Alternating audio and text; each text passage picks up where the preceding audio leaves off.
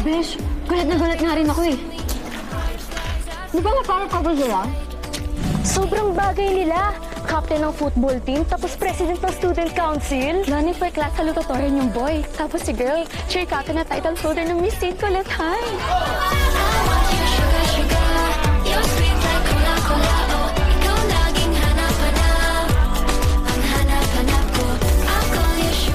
Perfect couple pa naman sila. Sobrang match. Sayang naman. Eh, bakit kaya sila nagkahiwalay?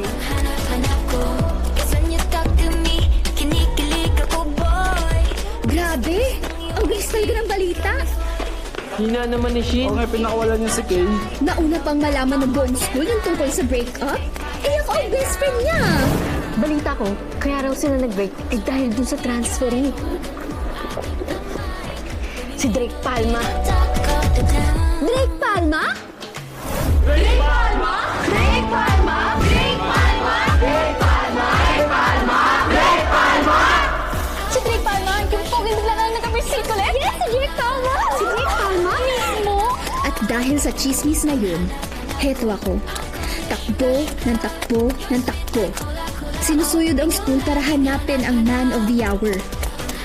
Ang tampulan ng chismis sa St. Colette High.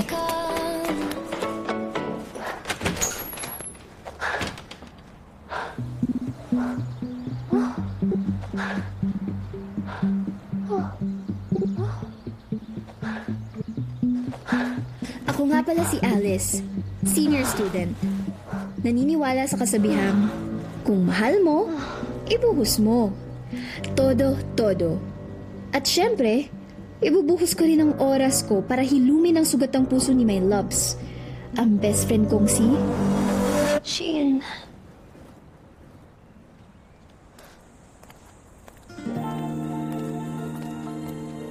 Shin!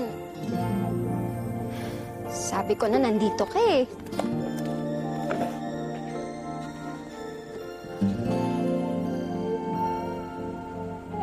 Kung sino man ang nakapagparamdam sa iyo ng ganyan, sana naman ay matutunan niya na hindi basta lang ang iyong halaga.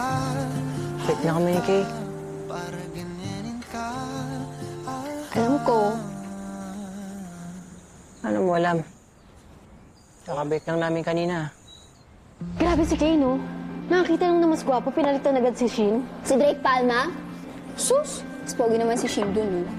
Salamat ka na lang at nag-break na sila ni Kay. Tagal mo na itong inantay, besh!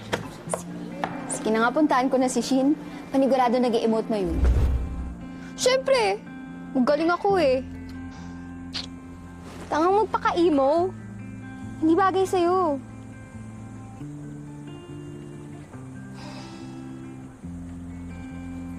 Di lang ako sanay na malungkot ka. Kaya nga kita naging best friend. Kasi lagi kang nakangiti. Nakakahawa kayo good vibes mo. Gusto ko mag-emote. Bakit ba?